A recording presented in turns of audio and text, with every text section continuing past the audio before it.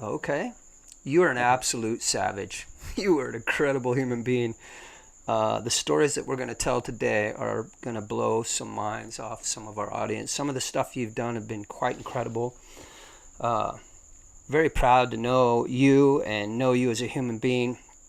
Uh, the will and the drive that you have is beyond measure. Uh, what I really want to get to just to start with is like, how did you become you? Where did it all start? Yeah, I mean, I think you can look back. I can look back into my childhood and pick out elements that really made the bricks that built this house. So, as a young boy with a real passion for wandering off and disappearing for days on end, and I had a real thing for horizons, a bit of a natural history,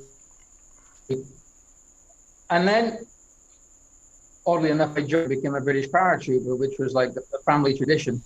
And during the time in the army, well, as a British paratrooper, our jobs historically is to be dropped behind enemy lines. We have to be self-sufficient. We live on our feet.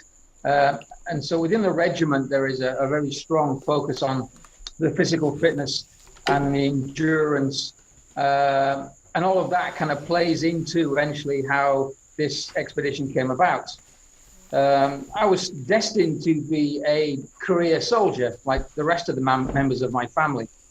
Unfortunately, I was in the parachute regiment during one of the most peaceful times over the past couple of decades. There wasn't a lot going on in the world, so our minds began to wander, and I began looking at those horizons and the maps, and ended up, I guess, fusing those two influential parts of my life.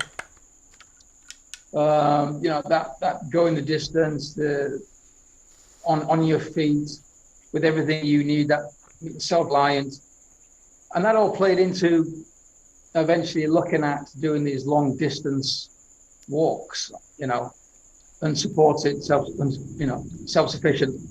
And that kind of spiraled, and eventually ended up finding the route that we looked at, from my hometown all the way out to the southern tip of South America. That was the initial, and it was an interesting development because at the time I was in the battalion looking at all these ideas and options around the world. One I was really interested in was the trip from North South America.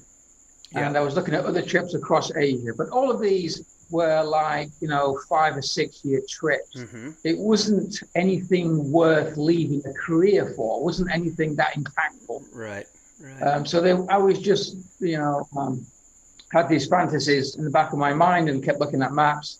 And it wasn't until one day I got a birthday card from my father that he taught inside his birthday card. On the inside, he'd written a note. And in there was a story about a couple of guys from the Special Forces, because my father is ex-Special Forces, who had talked about the possibility of walking from London to New York over something called the Bering Land Bridge. So it was discussed. Which I'd never heard of at the time. Right. And then that was a kind of moment. There were a couple of moments, but that was probably one of the biggest moments, I think, when I realized that, wait a minute, I can connect these continents. So I literally had a wall map above my office desk. And I remember at one point, I grabbed a Sharpie and drew a line from the UK all the way across Asia over this so-called Bering Land Bridge. And I couldn't work out why anybody would want to stop in New York. So I just took it down to the bottom of South America.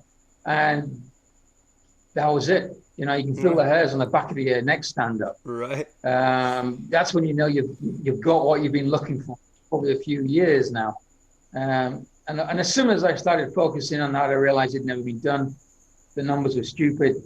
I mean, best possible case, you're looking at 12 years, 36,000 miles possibly, 25 countries. And once I started doing the math, but of course, at the time, we had no idea what the Bering Strait was all